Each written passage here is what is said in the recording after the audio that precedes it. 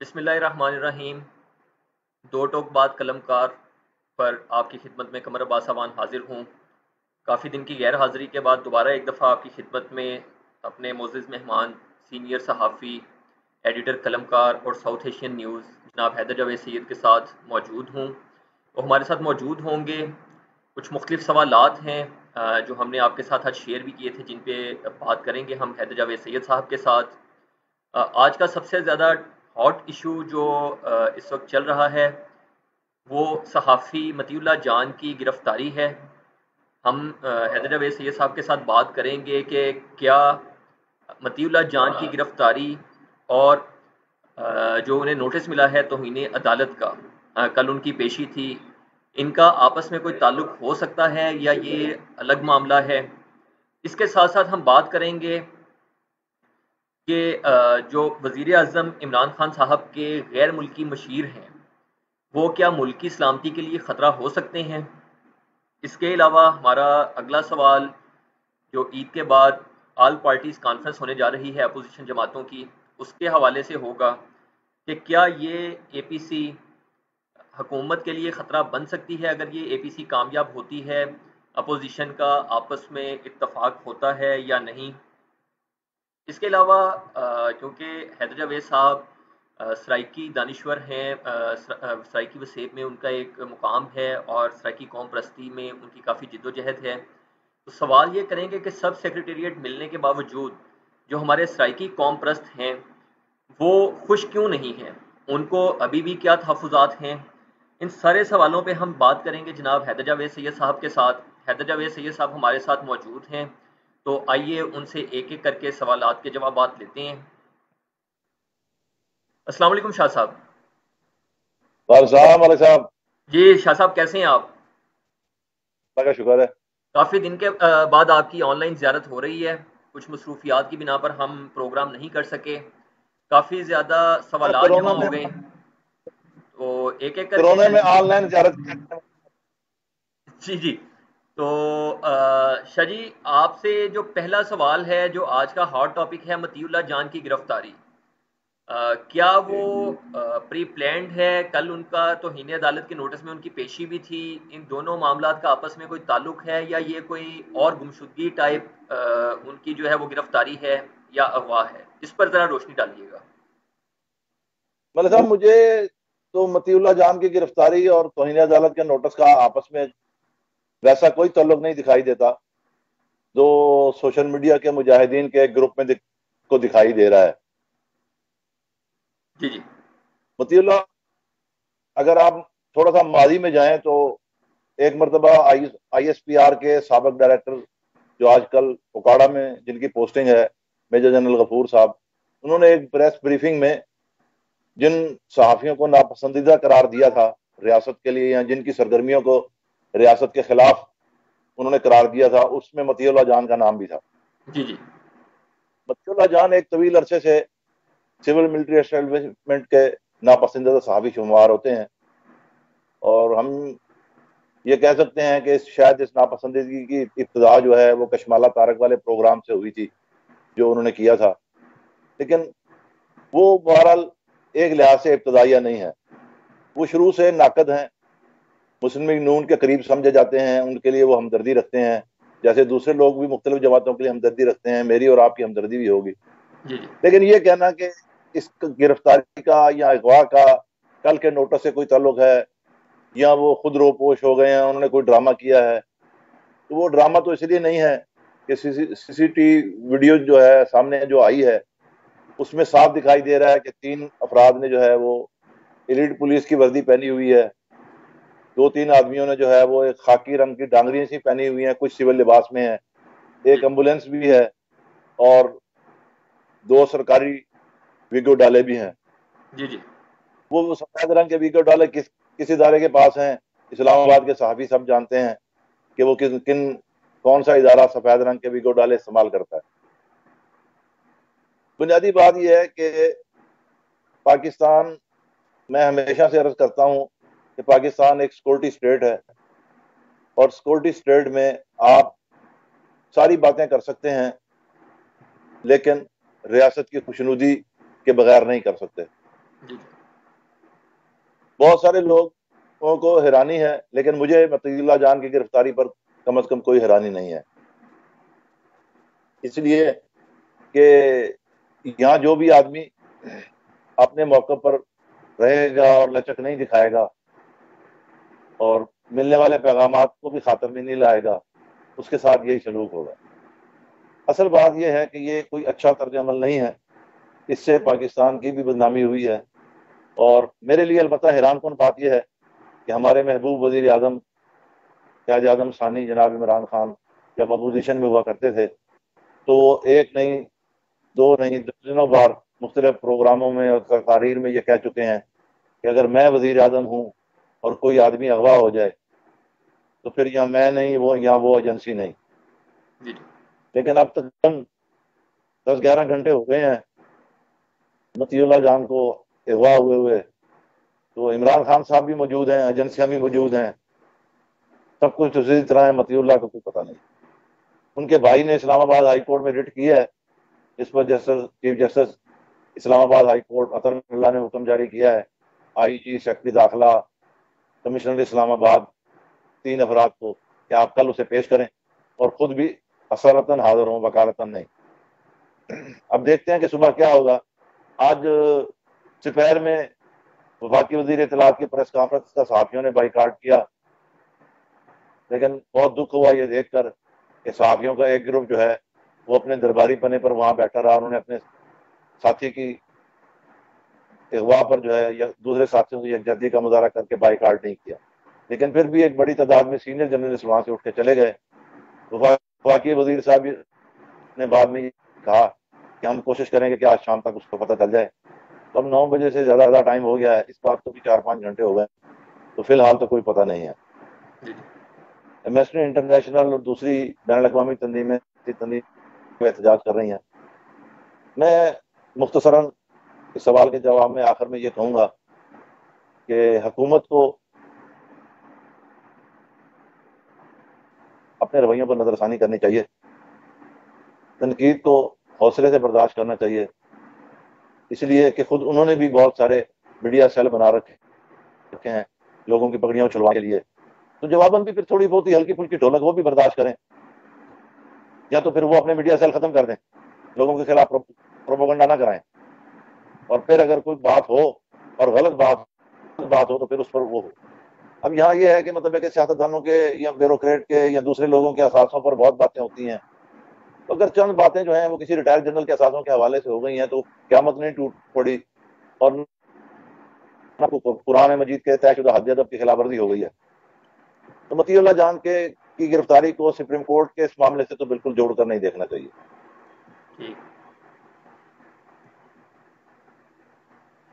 جی شاہ جی، دوسرا جی سوال بھائی آپ سے صاحب۔ کریں گے، جو ہمارے وزیر اعظم صاحب ہیں ان کے غیر ملکی مشیر کافی اس پہ بات ہو رہی ہے، تو آپ ذرا روشنی ڈالیں کہ غیر ملکی مشیر وزیر اعظم کے عہدے کے لیے کیا مناسب بات ہے، اور کیا وہ قومی سلامتی کے لیے کل کو خطرہ نہیں بن سکتے؟ ملک صاحب، قومی سلامتی کے لیے وہ کیا خطرہ بنیں گے؟ ایک آدمی جو امریکہ کا شہری ہے وہ قومی سلامتی کا مشیر ہے، جی جی محی یوسف۔ شہباز گل کے پاس امریکہ کا گرین کارڈ ہولڈر ہے، اسی طرح زلفی بخاری برطانیہ کی پیدائش ہے، برطانیہ کا شہری ہے، جی جی لیکن اس میں جو اہم ترین اور خوفناک بات ہے وہ میں محی یوسف کے حوالے سے بہت پریشان ہوں۔ اس کی وجہ یہ ہے کہ یہ موصوف امریکہ کے شہری ہیں، 2018 کے الیکشن کے بعد ان کے چند انٹرویو مختلف چینلز پر جو انہوں نے لائیو لے کر ان سے پیپر لیا اور ان سے بات کی الیکشن کے حوالے سے، تو وہ فوج پر بہت درجے برسے تھے، ہم جیسے لوگوں سے بھی زیادہ درجے برسے تھے، اور انہوں نے الزام لگایا کہ فوج نے سارا الیکشن مینوپولیٹ کر کے عمران خان کو اقتدار میں لائی ہے۔ جی اب عجیب اتفاق یہ ہے کہ وہی محی یوسف جو ہیں وہ عمران خان حکومت کے قومی سلامتی کے مشیر ہیں۔ مجھے کچھ اس طرح محسوس ہوتا ہے جیسے پاکستان کی خارجہ پالیسی اور قومی سلامتی اب پاکستان کی حکومت اور پاکستان کی اسٹیبلشمنٹ کے ہاتھ میں نہیں رہی۔ پہلے ہم کہا کرتے تھے کہ خارجہ پالیسی پر جو ہے وہ GHQ کا کنٹرول ہے، اور قومی سلامتی تو ظاہر ہے ان کا ہی مسئلہ ہے، لیکن اب ایسا لگتا ہے کہ اس پر ان کا بھی کنٹرول نہیں رہا، صحیح. اور غیر محسوس انداز میں امریکہ نے ایک اپنا آدمی لا کے بٹھا دیا ہے ہمارے سروں پر، جو ہمارا قومی سلامتی کا مشیر ہے. تو اس کے قومی سلامتی کے مشیر کے ہوتے ہوئے کسی دشمن کی کیا ضرورت ہے؟ یہ ایسی صورتحال ہے. بعض لوگ یہ کہہ رہے ہیں کہ جناب ساتھ تنصیبات اور دوسرے معاملات میں اس کو نگرانی کے لیے پاکستان بھیجا گیا ہے. خدا کرے یہ بات غلط ہو، لیکن یہ حقیقت ہے کہ یہ بہت تشویشناک صورتحال ہے. یہ ٹھیک ہے کہ آئین میں غیر ملکی شہری جو ہے وہ پارلیمنٹ کا ممبر نہیں بن سکتا، لیکن پچھلے ادوار میں غیر ملکی شہری کو جب وزیر اعظم نے اپنا مشیر بھی بنایا تو سپریم کورٹ نے آج خود نوٹس لیا.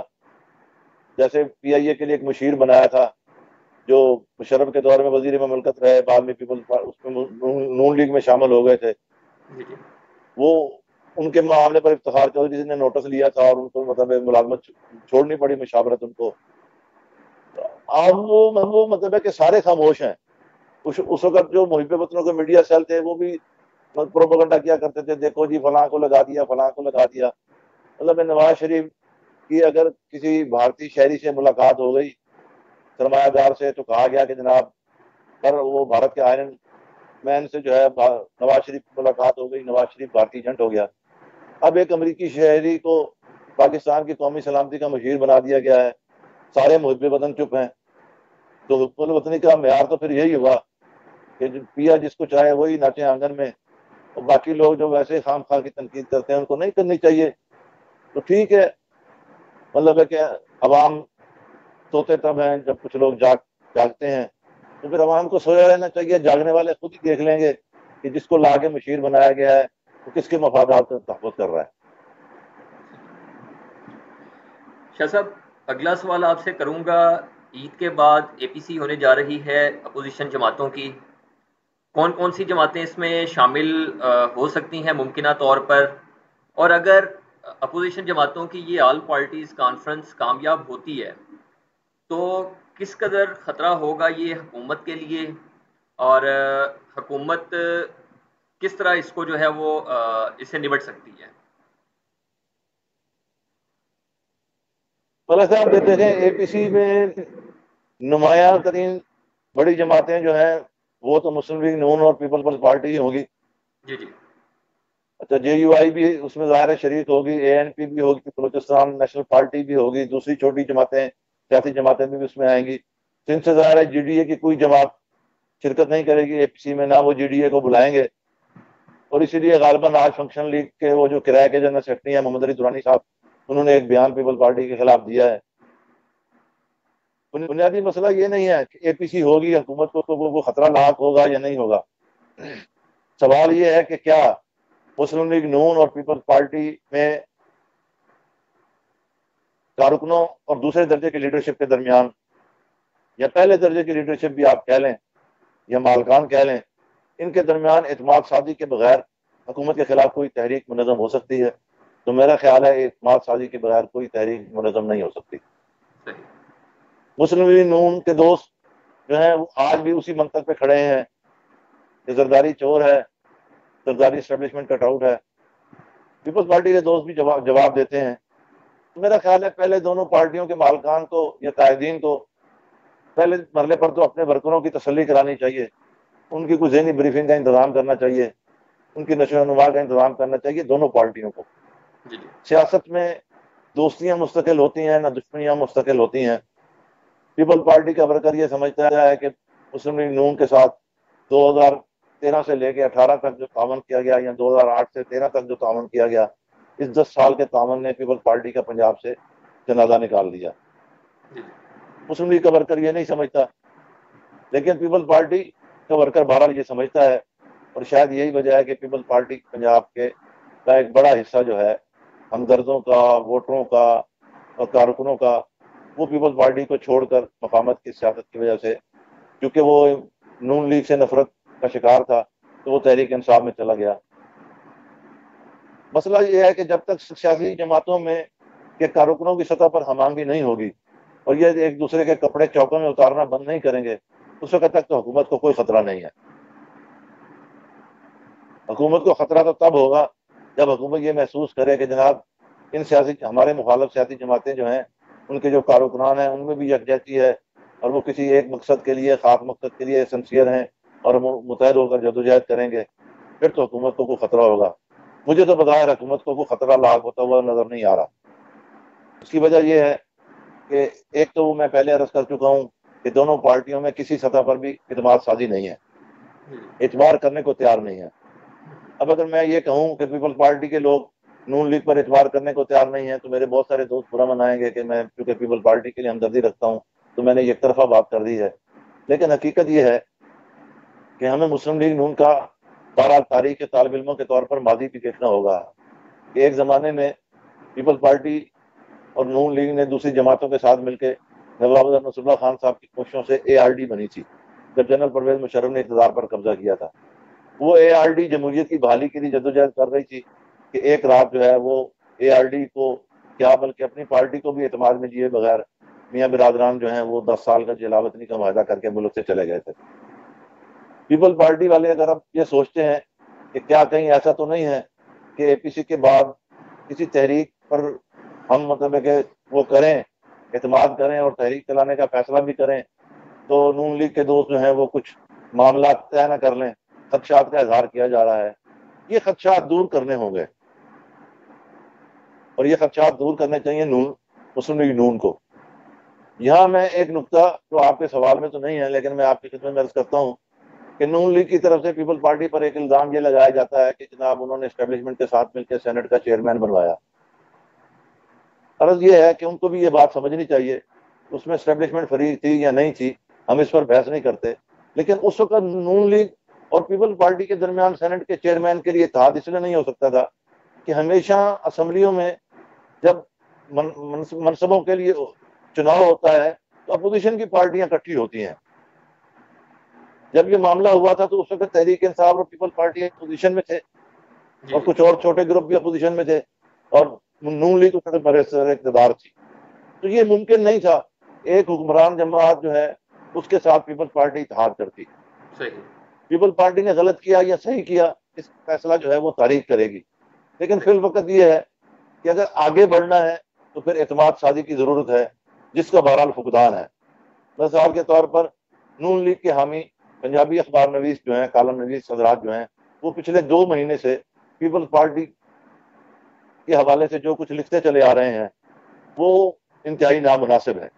میں نہیں سمجھتا کہ یہ جو کچھ لکھا جا رہا ہے وہ آزادی اظہار کے نام پر لکھا جا رہا ہے یا مطلب ہے کہ وہ ذاتی طور پر یہ سمجھتے ہیں کہ یہ چیزیں اس وقت دہرانی چاہیے. ظاہر ہے کہ جب لوگوں کو یہ پتا ہو کہ فلاں صاحب جو ہیں وہ فلاں پارٹی کے پے رول پر ہیں اور ان کے مطلب کہ دور میں وہ مختلف عہدوں پر رہے اور وہ پہلے بھی اخبار نویس تھے اب پھر اخبار نویس ہیں, تو ان کی جو تحریر ہوگی وہ ان کی ذات کی تحریر نہیں سمجھی جائے گی بلکہ وہ مسلم لیگ نون کی یا شریف خاندان کی پارٹی لائن سمجھی جائے گی. تو یہ نون لیگ کو بہرحال یہ 2-3 کام کرنے ہوں گے.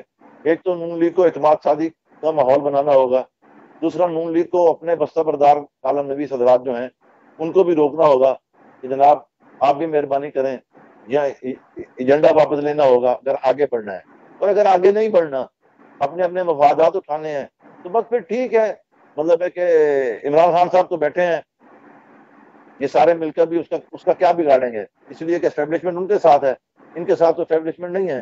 ان کی جو چھوٹی خوشیاں ہوتی ہیں ہمارے ان سارے دوستوں کی جو اپوزیشن میں بیٹھے ہوئے ہیں کہ کبھی کسی کا 2 دن کے لیے پروگرام بند ہوا تو انہوں نے سوال شروع کر دینا ہے کہ فلاں پروگرام کیوں بند ہو گیا, کیوں کسی اور سے ملا تو انہوں نے کہا کہ دیکھو جی فلاں آدمی جو ہے وہ تحریک انصاف چھوڑ کے فلاں پارٹی میں جا رہا ہے. ایسا نہیں ہے, کوئی کہیں نہیں جاتا. حالات آپ نے کیا بنائے ہیں, ان کے پاس متبادل پروگرام کیا ہے. جو تباہی اور بربادی 2 سال میں ہو گئی ہے, جنت پہلے بھی نہیں تھی پاکستان میں, نہ وہ پیپلز پارٹی کے دور میں جنت تھی, نہ مسلم لیگ نون کے دور میں کوئی جنت تھی, یا نہ یہاں دودھ اور شہد کی نہریں بہتی تھیں. لیکن یہ بھی حقیقت ہے کہ اتنے بدتر حالات نہیں تھے جو حالات آج ہیں, ہر حوالے سے, خارجہ پالیسی کے حوالے سے, داخلی معاملات کے حوالے سے, مہنگائی کے حوالے سے, بے روزگاری کے حوالے سے, غربت کے حوالے سے. ان سارے مسائل کا ملبہ جو ہے وہ کرونا پر بہرحال نہیں ڈالا جا سکتا. سوال یہ ہے کہ اگر اپوزیشن کوئی تحریک چلاتی ہے تو اپوزیشن کے پاس متبادل پروگرام کیا ہوگا, کیا اس تباہی اور بربادی کو پر وہ قابو پا لیں گے. یہ ایک اہم سوال ہے. اے پی سی کے انعقاد سے پہلے فارغ اپوزیشن کو ان 2-3 باتوں کا جواب دینا چاہیے. ٹھیک ہو گیا.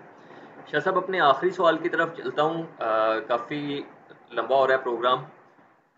سرائیکی وسیب کے حوالے سے میرا سوال ہے کہ حکومت میں آنے سے پہلے انہوں نے سرائیکی صوبے کا نعرہ لگایا ہماری پی ٹی آئی کی پارٹی نے کہ ہم گورنمنٹ میں آئیں گے تو سرائیکی وسیب کو الگ صوبہ بنا دیں گے. سرائیکی صوبہ محاذ والے جو وسیب کے ممبران تھے جو الیکٹیبل تھے وہ بھی پی ٹی آئی کے ساتھ چلے گئے. اب صوبہ تو نہیں بن رہا لیکن سرائیکی وسیب کو سب سیکریٹریٹ دیا جا رہا ہے. اس کے باوجود ہم دیکھ رہے ہیں کہ سرائیکی قوم پرست جو بھی دانشور ہیں اور قائدین ہیں وہ اس فیصلے سے خوش نہیں ہیں. اس کی کیا وجہ ہے آپ کی نظر میں؟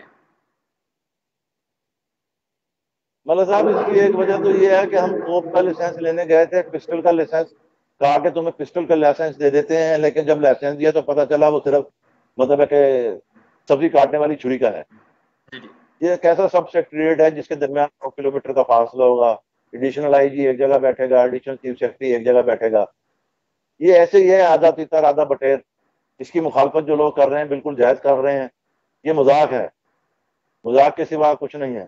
جو سرائیکی وسیب کے لوگ چاہتے ہیں, تحریک انصاف نے جو ان سے وعدے کیے ہیں, تحریک انصاف کو وہ وعدے پورے کرنے چاہیے.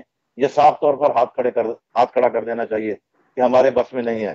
مجھے ایسا لگتا ہے کہ وقت گزارا جا رہا ہے اور الیکشن کے قریب آ کے تحریک انصاف یہ کہے گی کہ چونکہ پنجاب اسمبلی میں اور وفاق میں ہمارے پاس اکثریت نہیں تھی اس لیے ہم سرائیکی صوبہ نہیں بنا سکے, آپ ہمیں اکثریت دیں, ہم آپ کو صوبہ بنا کر دیں گے. لیکن اگر تحریک انصاف واقعی صوبہ بنانے میں سنسیئر ہے تو تحریک انصاف قرارداد پیش کر کے دیکھ لے. مسلم لیگ نور اور پیپل پارٹی کے بعد تو 7-8 ممبر ہیں نا, 6 یا 7 ممبر ہیں پنجاب اسمبلی میں. باقی تو 123 آدمی تو 21-23 آدمی نون لیگ کے پاس ہیں. ان میں سے ان کے تقریباً 7-8 آدمی جو ہیں باغی ہو گئے, تو پھر بھی ان کے پاس 120-118 آدمی بچتے ہیں. تو پتہ لگ جائے گا صورتحال کا. 2/3 اکثریت سے پاس ہونی ہے, 2 تو ان کے پاس نہیں ہے. لیکن پھر بھی سیاسی جماعتوں کے جو قول و فعل ہے, ان کے جو تضادات ہیں, وہ لوگوں کے سامنے آ جائیں گے اور لوگوں کو اگلے الیکشن میں فیصلہ کرنے کے لیے بہتر پوزیشن حاصل ہو جائے گی. لیکن دوسری طرف میں یہ بھی سمجھتا ہوں کہ یہ جو کچھ ہوا ہے یہ اصل میں چند آبادکار لیڈر جو کاف لیگ میں ہے, اور کاف لیگ جو ہے وہ ان کی اتحادی ہے تحریک انصاف کی, یہ ان کے دباؤ پر ہوا ہے سیکریٹریٹ کو تقسیم کرنے کا فیصلہ. ورنہ سرائیکی قوم پرست تو پہلے دن سے یہ کہہ رہے تھے کہ سیکریٹریٹ ایک جگہ بنائیں, وہ چاہے بھاولپور میں بنائیں چاہے ملتان میں بنائیں, ہمیں اس سے کوئی مسئلہ نہیں ہے. مسئلہ یہ ہے کہ جب سرائیکی یہ کہہ رہے ہیں کہ آپ سیکریٹریٹ یا بھاولپور میں بنا دیں یا ملتان میں بنائیں, ایک جگہ بنائیں, تو یہ باہر بیٹھے ہوئے مامے لگتے ہیں جو کہتے ہیں آدھا وہاں بنا دو اور آدھا وہاں بنا دو. تو وہ جانے آپس میں سرائیکی جانے, ان کا معاملہ ہے. جب وہ خوش ہیں اس بات پر کہ ایک جگہ بن جائے یا دوسری جگہ بن جائے, تو یہ بنیادی طور پر تو سازش ہوئی ہے. اب دیکھیں دونوں طرف سے, بھاولپور سے بھی کچھ لوگ کہہ رہے ہیں کہ نہیں کہ پورا سیکریٹریٹ یہاں ہونا چاہیے, ملتان سے بھی کچھ جذباتی لوگ یہ کہہ رہے ہیں. تو ہم جیسے لوگوں کو پہلے سے خطرہ تھا کہ اس قسم کی باتیں ہوں گی, اور انہی باتوں کو مطلب ہے کہ ہوا دینے کے لیے جو ہے یہ وہ سب کچھ کیا گیا ہے. جی بہت شکریہ شاہ صاحب آپ کے وقت کا. آپ سے کافی اچھی گفتگو رہی. 3-4 سوالات تھے ہمارے جن پہ ہم نے بات کی. انشاءاللہ جلد آپ کو دوبارہ زحمت دیں گے, اور امید کرتے ہیں کہ اس مرتبہ ذرا جلدی زحمت دیں گے, وقفہ اتنا لمبا نہ ہو. تو بہت شکریہ آپ کے وقت کا شاہ صاحب. بہتر. جی ناظرین, آپ کے ساتھ ہم نے آپ کے سامنے بات کی جناب حیدر جاوید سید صاحب کے ساتھ.